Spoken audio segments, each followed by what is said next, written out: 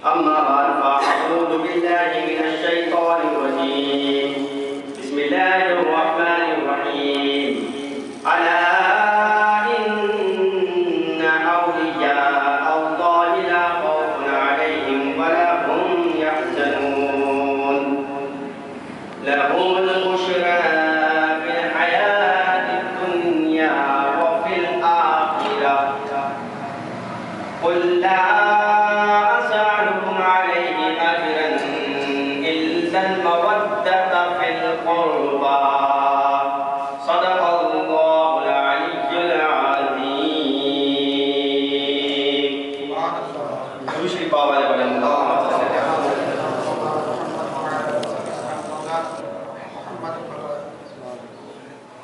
ہفتہ وار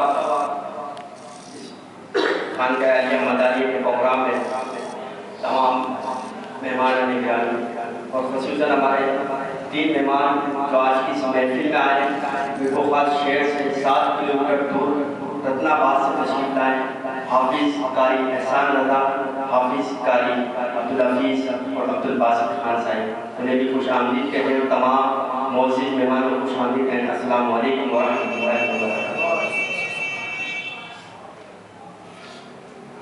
محمد وعلی محمد کی بات میں دوسری پڑھتے سے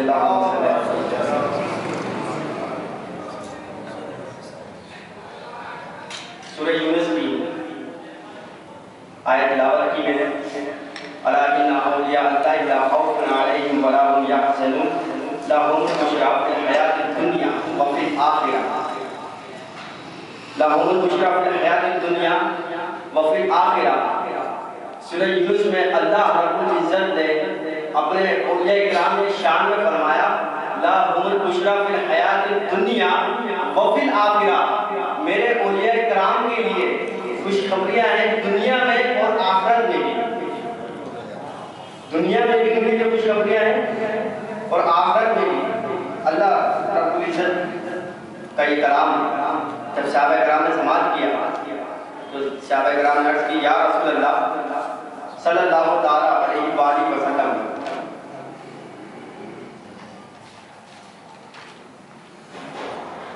آخرت میں اولیاء کرام کے لیے بشارت تو ہم سمجھ رہے ہیں کہ آخرت میں قیامت کے روز ان کے مقامات اور مراتب بلند ہوں گے، بڑے مدارج پر فائز کیے جائیں گے، جنت کے اعلیٰ ترین مقامات سے سرفراز کیے جائیں گے، قرب خدا بندی کا مقام اللہ کے بندوں کو عطا کیا جائے گا. لیکن ایک بات یا رسول اللہ ہماری سمجھ میں نہیں آتی، ان کے لیے دنیا میں کیا بشارت ہے؟ جس صحابہ نے ایک سوال کیا، عرض کیا رسول اللہ صلی اللہ علیہ وآلہ وسلم سے. حضور تاجدار کائنات صلی اللہ تعالیٰ علیہ وآلہ وسلم نے ارشاد فرمایا کہ دنیا میں ان کے لیے بشارت اور خوشخبری یہ ہے کہ رویائے صالحہ یا رویائے صادقہ کی بشارت ہے. رویائے صالحہ یا رویائے صادقہ جس کو صوفیہ اکرام الہام کشف وغیرہ سے ظاہر کرتے ہیں، یہ ان کے لیے بشارت ہے کہ اللہ رب العزت نے ان ہستیوں پر اپنے ولیوں پر ماضی، حال اور مستقبل کے واقعات منکشف فرما دیتا ہے. وہ کچھ دیکھتے ہیں جو ہم نہیں دیکھ سکتے، وہ اللہ کے ولی وہ کچھ سنتے ہیں جو ہم نہیں سن سکتے. حدیث قدسی ہے صحیح بخاری کے حدیث شریف، اس کے مطابق اللہ رب العزت نے فرمایا کہ میں اپنے ولیوں کی آنکھ بن جاتا ہوں جس سے وہ کچھ دیکھتے ہیں کہ عام لوگ نہیں دیکھ سکتے. میں اپنے ولیوں کی سماعت بن جاتا ہوں کہ وہ جب سنتے ہیں تو میری سماعت کے ذریعے سے سنتے ہیں جو عام لوگ نہیں سن سکتے. میں اپنے ولیوں کے ہاتھ بن جاتا ہوں، جب وہ کام کرتے ہیں تو اس ہاتھ سے کام کر سکتے ہیں جو عام لوگ نہیں کر سکتے. یہ حدیث صحیح قدسی صحیح بخاری کے حدیث ہے، اللہ رب العزت نے فرمایا. یہ اشارے اولیاء کرام ہیں. دوسری آیت سورہ شعراء کی قل لا اسألکم علیہ اجرا الا المودۃ فی القربى. جب حضور علیہ السلام پہلی مرتبہ ہجرت کر کے فرسٹ ٹائم مدینہ شریف میں تشریف لائے تو آپ کے مصارف بہت زیادہ تھے، آپ کے اخراجات بہت زیادہ تھے. تو صحابہ کرام نے مال جمع کر کے اور حضور کا وہ حق پورا کرنے کے لیے جو حضور تاجدار کائنات صلی اللہ تعالیٰ علیہ وسلم نے کلمہ پڑھا کر مسلمان کیا ہے، وہ صحابہ کرام نے وہ حق پورا کرنے کے لیے مال جمع کر کے آقا علیہ السلام کی بارگاہ میں ڈھیر کر دیا اور یہ سمجھا کہ ہمارا حق ادا ہو گیا۔ اس پر اللہ رب العزت کی آیت سورہ شورى قُلْ لَا أَسْأَلُكُمْ عَلَيْهِ أَجْرًا إِلَّا الْمَوَدَّةَ فِي الْقُرْبَى کہ میرے محبوب قُلْ لَا أَسْأَلُكُمْ ان سے فرما دیجئے کہ میں اس اجر رسالت کے بغیر تم سے کچھ طلب نہیں کرتا إِلَّا الْمَوَدَّةَ فِي الْقُرْبَى سوائے تیری اہل بیت کی محبت کے۔ دوسری پڑھ دیجئے بابا نے بلند۔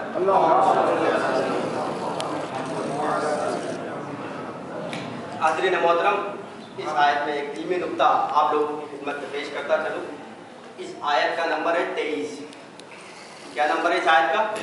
23۔ سورہ شورى کی آیت نمبر 23 قُلْ لَا أَسْأَلُكُمْ عَلَيْهِ أَجْرًا إِلَّا الْمَوَدَّةَ فِي الْقُرْبَى۔ 23 کا جو مفرد بنتا ہے 2 اور 3، آپ 2 اور 3 کو جب جمع کریں گے تو وہ بنے گا 5۔ کتنا بنے گا؟ 5۔ اور مزید کی بات یہ ہے کہ یہ آیت بھی پنجتن کی شان میں نازل ہوئی ہے۔ پنجتن کی شان میں نازل ہوئی۔ جب حضور علیہ السلام کالی کملی اوڑھے ہوئے تشریف لائے تو حضرت امام حسن علیہ السلام تشریف لائے، آپ نے انہیں بھی اپنی کالی کملی میں چھپا لیا۔ امام حسین علیہ السلام تشریف لائے، آپ نے انہیں بھی اپنی کالی کملی میں چھپا لیا۔ حضرت سیدہ فاطمہ الزہرا سلام اللہ علیہا تشریف لائی، آپ نے انہیں بھی اپنی کالی کملی کے اندر چھپا لیا۔ مولا کائنات مولا علی بن ابی طالب علیہ السلام تشریف لائے، آپ نے انہیں بھی اپنی کالی کملی میں چھپا لیا۔ کملی ایک ہے، کالی چادر کالی ایک ہے، اور کتنے تن ہو گئے اس میں؟ امام حسن، امام حسین، سیدہ فاطمہ الزہرا، مولا کائنات، یہ وہ 4 5ویں خود ذات محمد عربی صلی اللہ تعالیٰ علیہ وسلم، یہ ہو گئے پنجتن۔ پنجتن کی اوپر اس آیت نازل ہے قُلْ لَا أَسْأَلُكُمْ عَلَيْهِ أَجْرًا إِلَّا الْمَوَدَّةَ فِي الْقُرْبَى۔ حضور علیہ السلام نے کالی کملی میں اپنے 5 تن کو چھپا کر فرمایا ھذا اہل بیت، یہ میری اہل بیت ہے، یہی میرے مودت، یہی میرے قربا ہے، انہی کی محبت تم پر فرض کی گئی ہے، انہی کی محبت تم پر واجب کی گئی ہے۔ درود شریف پڑھ دیجیے محمد والے محمد۔ نعرہ تکبیر، نعرہ رسالت، نعرہ حیدر، دم دم بجا۔ علامہ یوسف بن اسماعیل نبہانی رحمۃ اللہ علیہ اپنی تعلیف مبارکہ جواہر البحار میں نقل کرتے ہیں کہ ابن اساکر نے حضرت انس بن مالک رضی اللہ تعالیٰ عنہ سے روایت بیان کی، حضور تاجدار کائنات صلی اللہ تعالیٰ علیہ وآلہ وسلم نے ارشاد فرمایا کہ کوئی نبی ایسا نہیں جس کی نظیر میری امت میں موجود نہ ہو۔ آپ نے فرمایا کوئی نبی ایسا نہیں جس کی نظیر میری امت میں موجود نہ ہو۔ پھر فرمایا حضرت ابو بکر صدیق رضی اللہ تعالیٰ عنہ حضرت ابراہیم علیہ السلام کی نظیر ہے۔ حضرت عمر فاروق رضی اللہ تعالیٰ عنہ حضرت موسیٰ علیہ السلام کی نظیر ہے۔ حضرت عثمان غنی رضی اللہ تعالیٰ عنہ حضرت ہارون علیہ السلام کی نظیر ہے۔ حضرت ابو ذر غفاری رضی اللہ تعالیٰ عنہ حضرت عیسیٰ ابن مریم علیہ السلام کی نظیر ہے۔ تاجدار کائنات صلی اللہ علیہ وسلم نے فرمایا کہ کوئی نبی ایسا نہیں جس کی نظیر میری امت میں موجود نہ ہو۔ حضرت محترم، یہ نسبت محمد صلی اللہ علیہ وسلم سے عطا ہوئی ہے۔ حضور علیہ السلام کی ذات و ذات ہے کہ آپ کے اوپر جو قرآن مجید کتاب نازل ہوئی اس کتاب کو تمام کتابوں سے افضل قرار دیا۔ جو فرشتہ کتاب لے کر نازل ہوتا تھا جبریل امین علیہ السلام، اس فرشتے کو تمام فرشتوں کا سردار بنا دیا حضور کی نسبت سے، اور اس امت کو حضور کی نسبت سے تمام امتوں کا سردار بنا دیا۔ اور یہ فضیلت بھی حضرت ابو بکر صدیق کو جو عطا ہوئی، حضرت ابراہیم علیہ السلام کی مثال یہ حضور کی نسبت سے عطا ہوئی۔ حضرت عمر فاروق اعظم رضی اللہ تعالیٰ عنہ حضرت موسیٰ علیہ السلام کی نظیر موسیٰ علیہ السلام کی مثال بتایا، یہ حضور کی نسبت سے بتایا۔ حضرت عثمان غنی رضی اللہ تعالیٰ عنہ کو حضرت ہارون علیہ السلام کی مثال جو بتایا حضور کی نسبت سے بتایا۔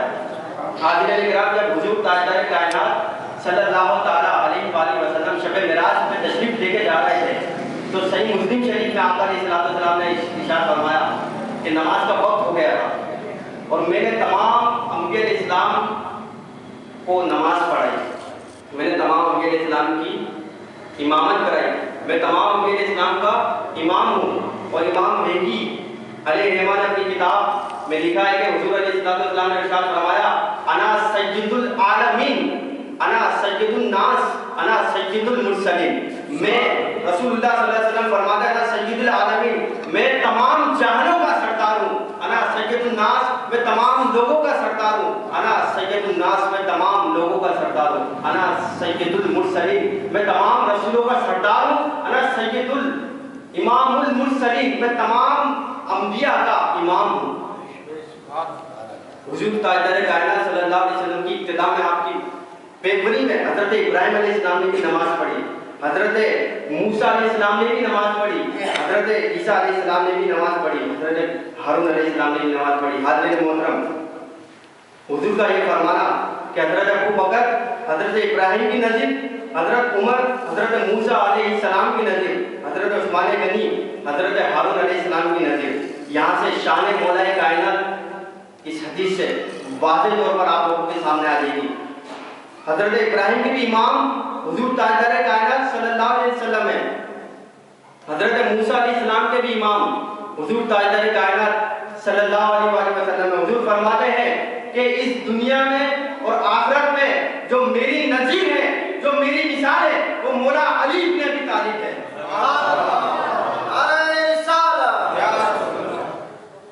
درود شریف پڑھ دیجیے باپ.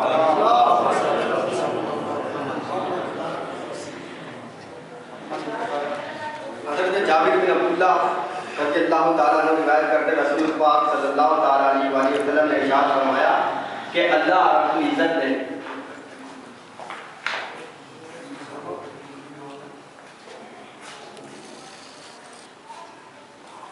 حضور سیدنا بدی الدین زندہ شاہ قطب المدار رضی اللہ تعالیٰ عنہ کا ایک چھوٹی سی کرامت آپ کے سامنے گوشت گزار کر کے اس کے بعد پھر فاتحہ خوانی کا انتظام ہوگا.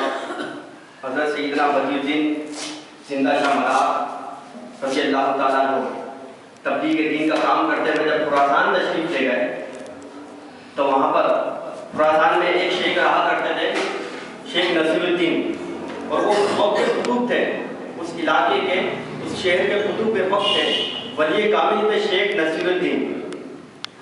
ان کو سیدنا زندہ شاہ مدار علیہ الرحمہ کی آمد کا پتہ لگا، لیکن آپ جو ہے شاہ مدار کی بارگاہ میں حاضر نہیں ہو سکے.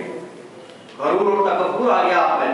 آپ کے خلیفہ جو آپ کے ساتھ تھے، زندہ شاہ مدار کے خلیفہ سید جمال الدین جانب جنتی رضی اللہ تعالیٰ عنہ، وہ زندہ شاہ مدار کے ساتھ تھے، وہ بھی خراسان تشریف لے کر گئے.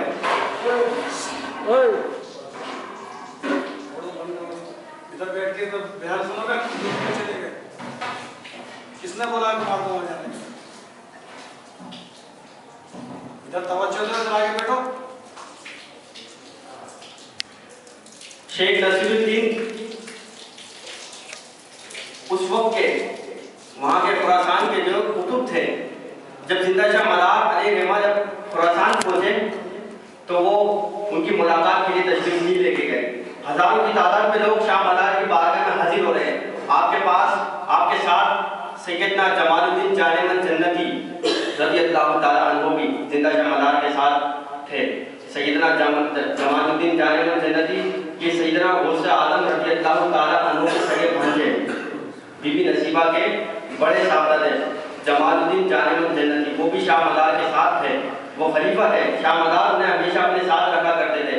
جب وہ خراسان تشریف لے کر گئے، جب ان کو پتہ لگا کہ ایک شیخ نصیر الدین نام کے بزرگ ہیں یہاں پر، وہ میرے شیخ معظم زندہ شاہ مدار کی بارگاہ میں حاضر نہیں ہوئے، تو جمال الدین جانب جنتی رحمۃ اللہ علیہ ان کے پاس گئے، شیخ نصیر الدین کے پاس، اور کہا کہ آپ اپنے وقت کے قطب ہیں، آپ اپنے وقت کے ولی کامل ہیں، کیا آپ کو خبر نہیں کہ آپ کے شہر میں سیدنا بدی الدین زندہ شاہ قطب المدار جو کہ مدار العالمی ہیں اور تمام قطبوں کے پیشوا ہیں، وہ تشریف لائیں، کہ آپ ان کے پاس تشریف نہیں لے کے جائیں گے؟ جائیے اور ان کی خدمت گزاری کریے اور فیض حاصل کیجیے. جب اس طریقے کی شان مدار شیخ نصیر الدین نے سنی تو اس کو غرور و تکبر آ گیا. غرور و تکبر میں اس نے کہا کہ جائیے، میں نہیں جاتا آپ کے مدار کے پاس، جیسے وہ ولی ہیں اسی طرح میں بھی ولی ہوں. حضرت سیدنا جمال الدین جان من جنتی رضی اللہ تعالیٰ عنہ نے جب یہ گستاخانہ کلمات سنے تو آپ سے رہا نہیں گیا، لیکن آپ کی پیر و مرشد کی تعلیم تھی کہ ہمیشہ صبر کرنا۔ آپ نے صبر کو ملحوظ رکھتے ہوئے اب واپس آپ کی پیر و مرشد کی بارگاہ میں حاضر ہوئے اور شاہ مدار علیہ رحمہ کے سامنے آپ اشکبار آنکھوں سے کھڑے ہوئے ہیں اور عرض کر رہے ہیں مولا یا پیر و مرشد یا حضرت ایک بزرگ ہے شیخ نصیر الدین نام کے، انہوں نے آپ کی شان میں گستاخی کی ہے جس سے میرا دل بہت رو رہا ہے، میں غم زدہ اور رنجیدہ ہو گیا ہوں۔ حضور سیدی قطب المدار رضی اللہ تعالیٰ عنہ نے فرمایا بیٹا جمال الدین تم فکر مت کرو، میں نے زندہ شاہ مدار نے قطب المدار نے اس کی تمام قطبیت کشفیت اور روحانیت سلب کر لیے اور اس کو ولایت سے معزول کر دیا ہے۔ جب وہاں پر شیخ نصیر الدین کو اس بات کا پتہ لگا، جب اس نے اپنی کشفی کرامات اور روحانیت میں جب غور کیا تو اپنے آپ کو ہلاک پایا اور اپنے آپ کو بالکل خالی تسلیم کیا، اپنے آپ کو اس نے خالی پایا۔ وہ سوچتا رہا کہ ایسی کیا مجھ سے خطا ہو گئی، آخر اس کو سمجھ آئی گیا کہ میرے شہر میں جو قطب المدار تمام قطبوں کے پیشوا ہیں وہ تشریف لائے اور میں ان کی بارگاہ میں حاضر نہ ہو سکا، اس سے بڑی میری نامحرومی کیا ہو سکتی ہے، اس سے بڑی میری کوتاہی، اس سے بڑی میری غلطی کیا ہو سکتی ہے۔ چنانچہ شیخ نصیر الدین زندہ شاہ مدار رضی اللہ تعالیٰ عنہ کی بارگاہ میں پہنچے اور آپ کے قدموں پہ سر رکھ کر گریہ گزاری کرنے لگے، اشکبار آنکھوں سے عرض کرنے لگے اور اپنی خطا اور اپنی گستاخی کی معافی مانگنے لگے۔ حضرت سیدنا بدی الدین زندہ شاہ مدار نے فرمایا کہ مجھے یہ دکھ نہیں کہ تم نے میری گستاخی کی ہے، بلکہ مجھے یہ دکھ ہے کہ تم نے میرے خلیفہ کا دل دکھایا ہے، شیخ جمال الدین جان من جنتی کا دل دکھایا ہے۔ جاؤ جمال الدین کے پاس جاؤ، اگر جمال الدین جان من جنتی تمہیں معاف کر دیں تو بدی الدین زندہ شاہ مدار بھی تمہیں معاف کر دے گا، صرف معاف ہی نہیں کرے گا، تمہاری روحانیت کشفیت ولایت اور قطبیت بھی تمہیں عطا کر دے گا۔ شیخ نصیر الدین سیدنا جمال الدین جان من جنتی جو سیدنا غوث اعظم رضی اللہ تعالیٰ عنہ کے بھانجے اور سرکار مدار العالمین کے خلیفہ ہیں، ان کے پاس آئے، ان کے قدموں پہ سر رکھ کر گرانے لگے، گریہ گزاری کرنے لگے، رونے لگے اور عرض کرنے لگے مولا یا بابا حضرت پیر و مرشد مجھ سے خطا سرزد ہوئی ہے، میری خطا معاف فرمائیے۔ شیخ جمال الدین جان من جنتی نے انہیں اٹھایا اور سرکار مدار العالمین کے پاس ان کے روبرو سامنے کھڑا کر کے عرض کیا حضرت میں نے بھی اسے معاف کر دیا ہے، آپ بھی اسے معاف فرما دیجیے۔ حضور سیدی قطب المدار رضی اللہ تعالیٰ عنہ نے اسے یعنی شیخ نصیر الدین کو صرف معاف ہی نہیں کیا، معافی کے ساتھ ساتھ اسے اپنے ارادت مندوں میں شامل کر لیا۔ صرف یہی نہیں کیا، ارادت مندوں میں شامل کرنے کے ساتھ ساتھ اپنی مریدی میں لے لیا۔ صرف یہی نہیں کیا، اپنی مریدی میں شامل کرنے کے بعد درویشی عطا کر دی۔ صرف یہی نہیں کیا، درویشی عطا کر کے اس کو اس مقام کی قطبیت عطا کر کے وہاں کا قطب عالم بنا دیا، خراسان کا قطب بنا دیا۔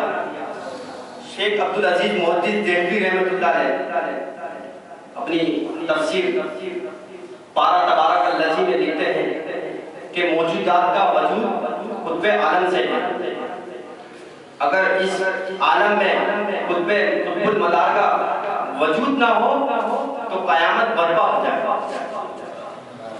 کیا فرماتے ہیں کہ قیامت برپا ہو جائے گا۔ وہ سیدنا بدی الدین زندہ شاہ قطب المدار، یہ انہی کے نام سے خانقاہ منسوب ہے، جن کا مزار مبارک مکن پور ضلع کانپور ہندوستان میں مرجع خرائی کے اور آپ کے نام سے اجمیر شریف میں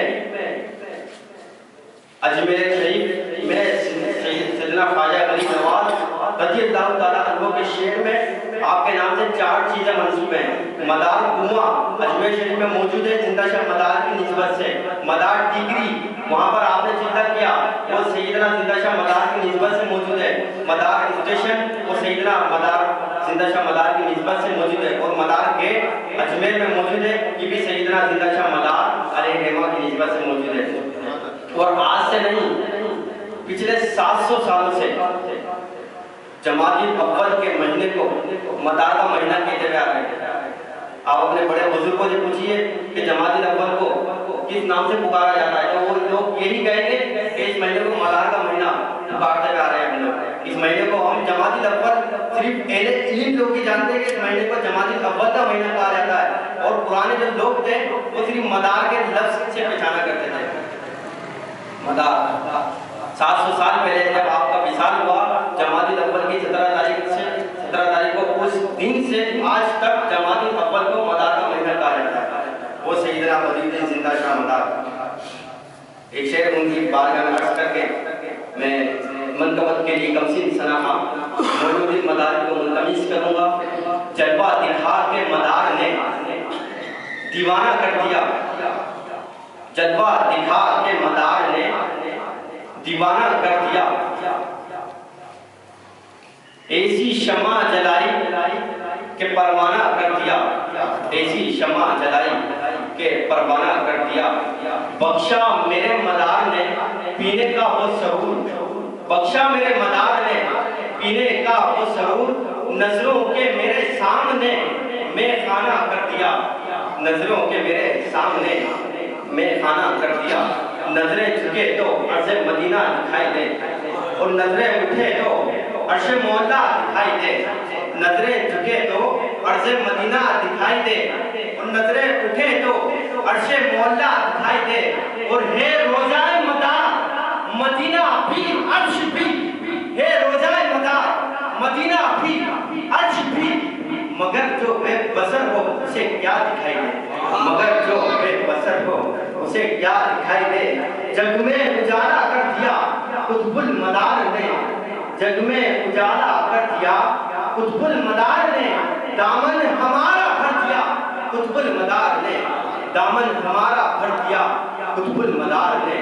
جو بے یقین لوگ تھے ان کو بھی روبرو، جو بے یقین لوگ تھے ان کو بھی روبرو ایک آئینہ دکھا دیا قطب المدار نے، ایک آئینہ دکھا دیا قطب المدار نے.